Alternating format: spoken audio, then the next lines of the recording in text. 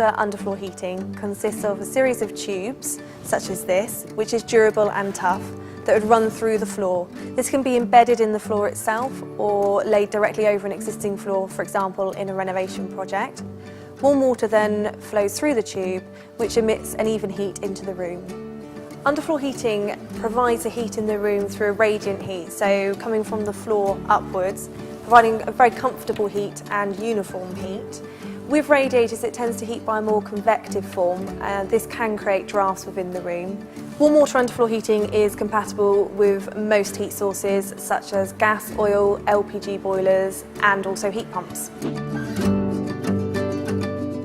Warm water underfloor heating can be up to 25% more efficient to run when teamed with a modern day condensing boiler, and up to 40% more efficient if run with a heat pump when compared to a conventional radiator system. One key advantage also with underfloor heating is that you don't have to place radiators on the walls, so you can place furniture wherever you would like. So open plan living, for example, becomes much easier. Underfloor heating is suitable for a wide range of projects, from new build to renovations, and there's also a large number of solutions that can be used for your particular project. This screed solution is probably the most popular underfloor heating construction for new build situations. It's a very efficient system. It can be installed during the actual floor build up, so you would have your subfloor below here. This would be your floor insulation, which would match your building regulations requirements.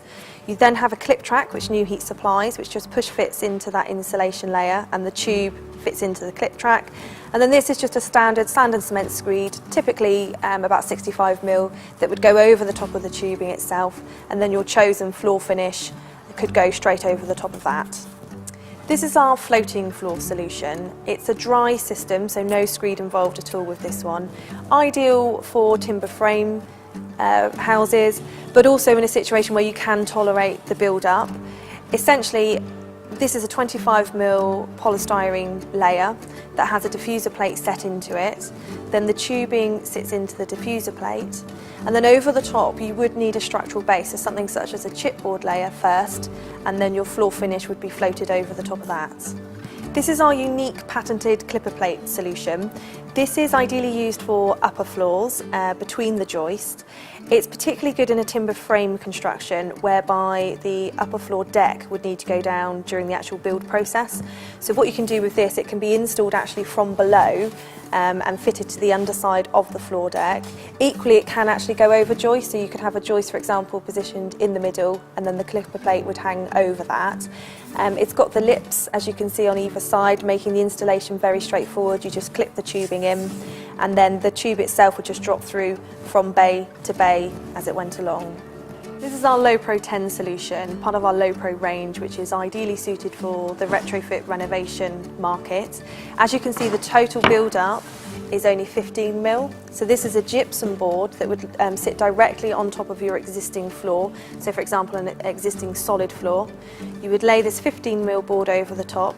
The tube would then go into the grooves. And then one of the unique points of this product is that the actual floor finish would go directly over the top. So there's no additional layers that you're having to add.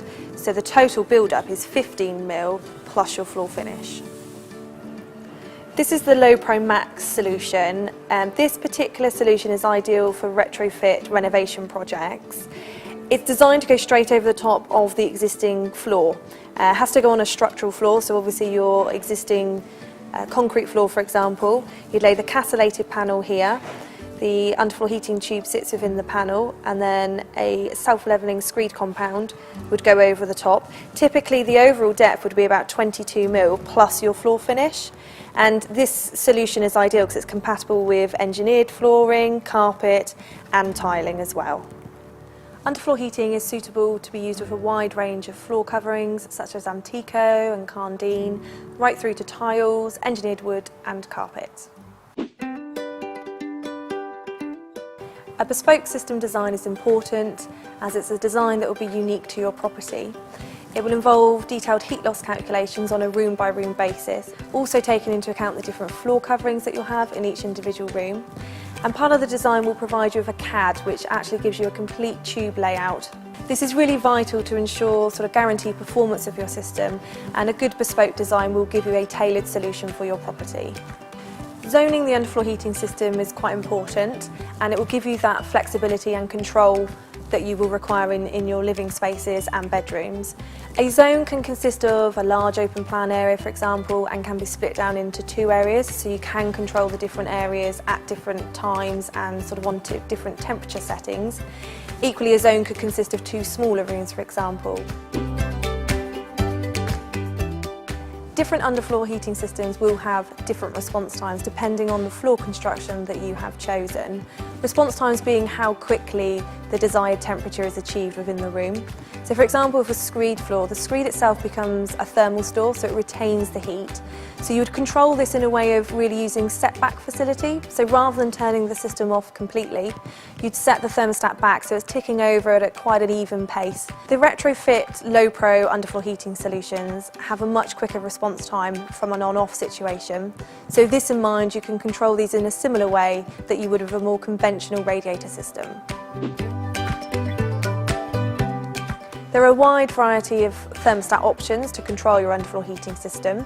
These range from a dial thermostat that controls the actual temperature within the zone itself, and this in turn is controlled by a time clock with the overall sort of on-off time function, if you like, similar to what you get with a conventional heating system. There are also then a range of programmable thermostats which control a time and temperature setting per zone. You can also have the ability to add in a remote function on these, whereby you can control the thermostats by an app or a tablet. There are also wireless options as well, which are ideal for renovation projects if the walls, for example, are already plastered, and each of these options are also available in a wired version. Thermostats are easy to use, and they will come with a good user guide for the homeowner. For more information on underfloor heating for your project, visit us online or call us on 01404 540 650.